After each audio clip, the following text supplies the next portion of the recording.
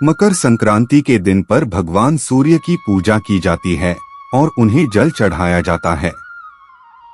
कई जगहों पर लोग सूर्य देव के लिए व्रत भी रखते हैं और अपनी श्रद्धानुसार दान करते हैं। मकर संक्रांति के दिन सुबह सूर्योदय से पहले उठकर नहाने के पानी में तिल मिलाकर नहाएं। इसके बाद लाल कपड़े पहने और दाहिने हाथ में जल लेकर पूरे दिन बिना नमक खाए व्रत करने का संकल्प लें।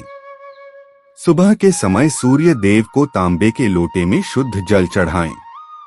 इस जल में लाल फूल, लाल चंदन, तिल और थोड़ा सा गुड़ मिलाएं। सूर्य को जल चढ़ाते हुए तांबे के बर्तन में जल गिराएं। तांबे के बर्तन में इकट्ठा किया जल मदार के पौधे में डाल दें। जल चढ़ाते हुए ओम घृणी सूर्य आदित्याय नम मंत्र का जाप करें। इस दिन श्री नारायण कवच, आदित्य हृदय स्तोत्र और विष्णु सहस्रनाम का पाठ करना बड़ा ही उत्तम माना गया है। भगवान सूर्य की पूजा करने के बाद तिल, उड़द दाल, चावल, गुड़, सब्जी, कुछ धन अगर संभव हो तो वस्त्र किसी ब्राह्मण को दान करें। इस दिन भगवान को तिल और खिचड़ी का भोग लगाना चाहिए और ब्राह्मण को भोजन करवाना चाहिए। आइए अब मकर संक्रांति व्रत कथा का श्रवण करते हैं। श्रीमद् भागवत और देवी पुराण के मुताबिक शनि महाराज का अपने पिता से वैर भाव था, क्योंकि उन्होंने सूर्य देव को शनिदेव की माता छाया और सूर्य देव की दूसरी पत्नी संज्ञा के पुत्र यमराज में भेदभाव करते देख लिया था। इस बात से नाराज होकर सूर्य देव ने पुत्र शनि को अपने से अलग कर दिया था। इससे शनि और छाया ने सूर्य देव को कुष्ठ रोग का शाप दे दिया था। पिता सूर्यदेव को कुष्ठ रोग से पीड़ित देखकर यमराज काफी दुखी हुए। यमराज ने सूर्यदेव को कुष्ठ रोग से मुक्त करवाने के लिए तपस्या की, लेकिन सूर्य ने क्रोधित होकर शनि महाराज के घर कुंभ, जिसे शनि की राशि कहा जाता है, उसे जला दिया। इससे शनि और उनकी माता छाया को कष्ट भोगना पड़ रहा था। यमराज ने अपनी सौतली माता और भाई शनि को कष्ट में देखकर उनके कल्याण के लिए पिता सूर्य को काफी समझाया। तब जाकर सूर्य देव शनि के घर कुंभ में पहुंचे। कुंभ राशि में सब कुछ जला हुआ था।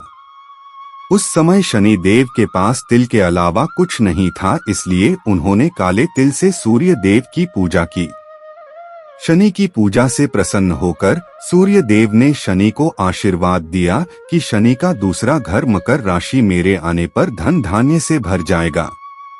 तिल के कारण ही शनि को उनका वैभव फिर से प्राप्त हुआ था, इसलिए शनि देव को तिल प्रिय है। इसी समय से मकर संक्रांति पर तिल से सूर्य एवं शनि की पूजा का नियम शुरू हुआ। जानते हैं मकर संक्रांति का इतिहास। पौराणिक कथाओं के अनुसार मकर संक्रांति के दिन की गंगा जी भगीरथ के पीछे पीछे चलकर कपिल मुनि के आश्रम से होते हैं सागर में जा मिली थीं, इसीलिए आज के दिन गंगा स्नान का विशेष महत्व है। मकर संक्रांति को मौसम में बदलाव का सूचक भी माना जाता है। इस दिन से वातावरण में कुछ गर्मी आने लगती है और फिर बसंत ऋतु के बाद ग्रीष्म ऋतु का आगमन होता है।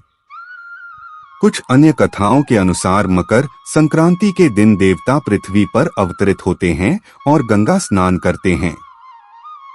इस वजह से भी गंगा स्नान का आज विशेष महत्व माना गया है। महाभारत काल में भीष्म पितामह ने अपनी देह त्यागने के लिए मकर संक्रांति के दिन का ही चयन किया था। मकर संक्रांति का महत्व। मकर संक्रांति से सूर्य उत्तरायण होते हैं। उत्तरायण देवताओं का दिन है।